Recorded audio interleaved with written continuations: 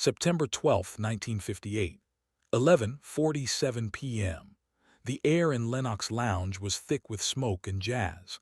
At his corner table, Ellsworth Bumpy Johnson was holding court, and behind him his most trusted man, Big Sam Foster, was about to make the hardest pull of his life, not on a glass of cognac, on a trigger. Sam's palm was slick with sweat.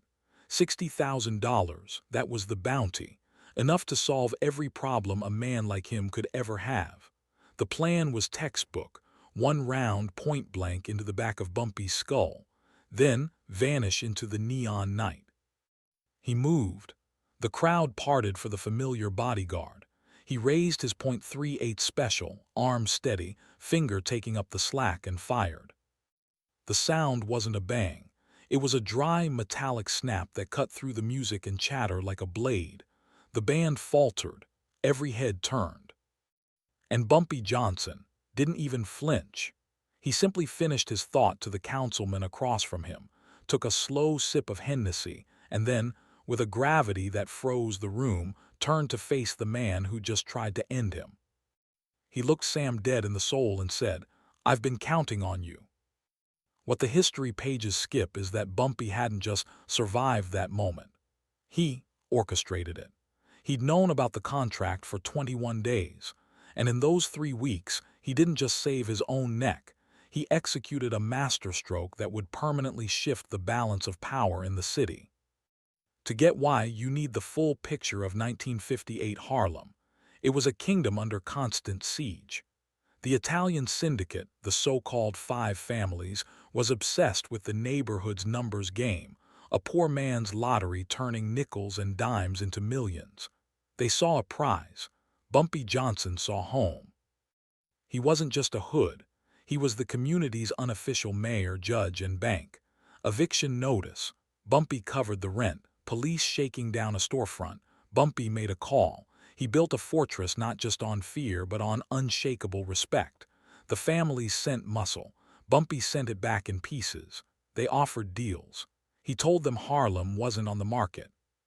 Frustration turned to fury. At a summit in a backroom of a Lower East Side social club, Frank Costello laid out the problem. "We've tried fists. We've tried cash. We've tried political pressure. The man is a ghost, untouchable." "So what's the move?" asked Carlo Gambino, puffing on a cigar. Costello's answer was cold, simple logic. You make the untouchable touchable. You find the one person whose loyalty is beyond question, and you buy it. The name that came up was Big Sam. 6'4", built like a brick wall and beside Bumpy since '53. He'd taken 2 bullets meant for his boss. He was family. The job of turning him went to Tony, the tailor Marone. His specialty wasn't violence. It was fitting a man with a temptation that fit him perfectly. On August 20th, a black Cadillac met Sam outside his apartment on 132nd Street. "5 minutes of your time, Sam," Marone said, smiling from the back seat. "Just hear the pitch." Against every instinct, Sam got in. Marone went straight for the jugular. "Loyalty's a beautiful thing, but it don't pay a hospital bill." He clicked open a briefcase. Stacks of $100 bills, crisp and green. 50 grand for one moment of clarity. One silent shot at Lenox Lounge on September 12th. Then you, your wife, and that little girl of yours disappear to sunshine and clean air. Sam's daughter, Keisha, was fighting tuberculosis in a charity ward. The mountain of debt was suffocating. Bumpy had helped, threw him a couple grand, but it was a drop in the ocean. Here was the ocean. "And if I walk away?" Sam's voice was hollow. Marone's smile vanished. "Then your daughter fights for breath in that ward until she loses, and you spend every day looking over your shoulder, waiting for the bullet with your name on it. This life only ends 2 ways, Sam, poor or rich. Your choice." Sam left the car. The briefcase, brimming with futures, stayed on the seat. For 3 nights he was torn apart. The image of Keisha's fragile smile warred with the vision of that money. On the 4th day he made the call. "I'm in, half now." What Sam and Tony Marone could never have guessed was that the play was already known. Bumpy Johnson ruled Harlem not by blind trust but by omniscience. His intelligence network was made of invisible people, parking attendants, janitors, shoeshine boys. A man named Jerome, who watched cars outside Sam's building, saw the Cadillac. He saw Sam get in. He took down the plate. 2 hours later, Jerome was in Bumpy's office above the legendary Small's Paradise, whispering his report. Bumpy listened, paid him for his silence, and then sat alone in the gathering dark. He could have had Sam erased that night. A call, a car, a ride to the East River, standard procedure. But Bumpy was a chess player in a world of checkers. He saw beyond the threat to the opportunity. Over the next weeks, he watched Sam quietly unravel, saw the guilt and fear in his eyes, and Bumpy devised a lesson, not an execution.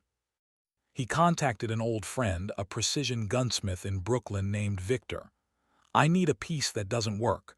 Looks real, feels real, weighs real. But when you pull the trigger, it just talks. A click. Can you do it?" Victor could. In 72 hours, he delivered a perfect twin of Sam's .38 special, a masterpiece of futility. Timing was everything. 4 days before the hit, Bumpy sent Sam on a can't-fail mission to the Bronx. "Don't come back without this envelope." With Sam gone, Bumpy and his right-hand man, Illinois Gordon, entered Sam's apartment. They found the real firearm in its usual place, a shoebox under the bed, and performed the swap. Now Bumpy waited. He needed Sam to go through with it, to stand in that crowded room and fully commit to betrayal. Only then would the lesson be indelible. September 12th. Lenox Lounge was at capacity. Bumpy, sharp in a gray suit, was deep in conversation. Sam arrived, liquid courage barely steadying his nerves, the dummy gun a lead weight in his pocket. At 11:47 he moved. He weaved through the crowd, his hand finding the grip. He came up behind Bumpy's chair, raised the weapon, and committed. The aftermath was a perfect, stunned silence. Bumpy's slow turn was more terrifying than any sudden move. The look he gave Sam wasn't rage. It was profound, devastating disappointment. "I've been counting on you." In that instant, Sam's world collapsed. He understood the totality of his defeat. Bumpy had known everything. The money, the meeting, the plan. The gun itself was a prop in Bumpy's theater. Sam crumpled to his knees. "Bumpy, my daughter." "I know about your daughter," Bumpy said, his voice low but carrying. "You think I don't look after my own?" He pulled an envelope from his jacket and let it fall to the table. "All her bills, paid in full this morning. There's an extra $5,000 in there for your family, to start over." "Why?" Sam sobbed. "Why let me do this?" "I needed to see the choice you'd make," Bumpy stated. "Now I've seen it." Bumpy stood, his presence expanding to fill the room. "You're leaving Harlem tonight. You disappear. If I ever see you again, there is no next time." He leaned in, his final words for Sam alone, but meant for other ears. "And you tell your new friends. You tell them Bumpy Johnson knew. You tell them loyalty in my streets has a price they can't afford." A shattered Sam Foster gathered his useless weapon and walked out of history, destined for a ghost life in a city like Detroit. Bumpy then turned to the room, 300 witnesses who had just seen power redefined. "They think they can buy us," he announced, glass raised. "They think our community has a price tag. They are mistaken. Harlem is not for sale." The roar that followed was a seismic shift. By dawn, the story was on every underworld wire from Boston to Baltimore. The 5 families convened, not in triumph, but in stunned review. Costello raged about incompetence, but Carlo Gambino, the pragmatist, saw the endgame. "We can't beat him," Gambino concluded, ash trembling from his cigar. "Force, money, corruption, he anticipates it all. We walk away. Harlem is his. To try again is just to pay for another lesson." It was an unprecedented retreat. No war, no treaty, just a silent acknowledgement of a superior mind. Bumpy Johnson passed away a decade later in 1968 of natural causes. Fittingly, His heart gave out in the same Lenox Lounge. The legend of the click lived on, a folk tale passed through generations. It taught the real lesson of the streets. The ultimate weapon isn't a firearm. It's foresight. It's the patience to let your enemy's plan become the stage for your victory. It's playing a different game entirely. Sam took the mob's money but left with a lifetime of shame. Bumpy finished his drink, and his rule continued, unchallenged. If this deep dive into a legendary power play hooked you, show some love, smash that like button. Want more untold stories from the shadows of history? Hit subscribe. We're unpacking these chapters daily. Sound off in the comments. Was Bumpy's mercy a strength or a risk? What would you have done?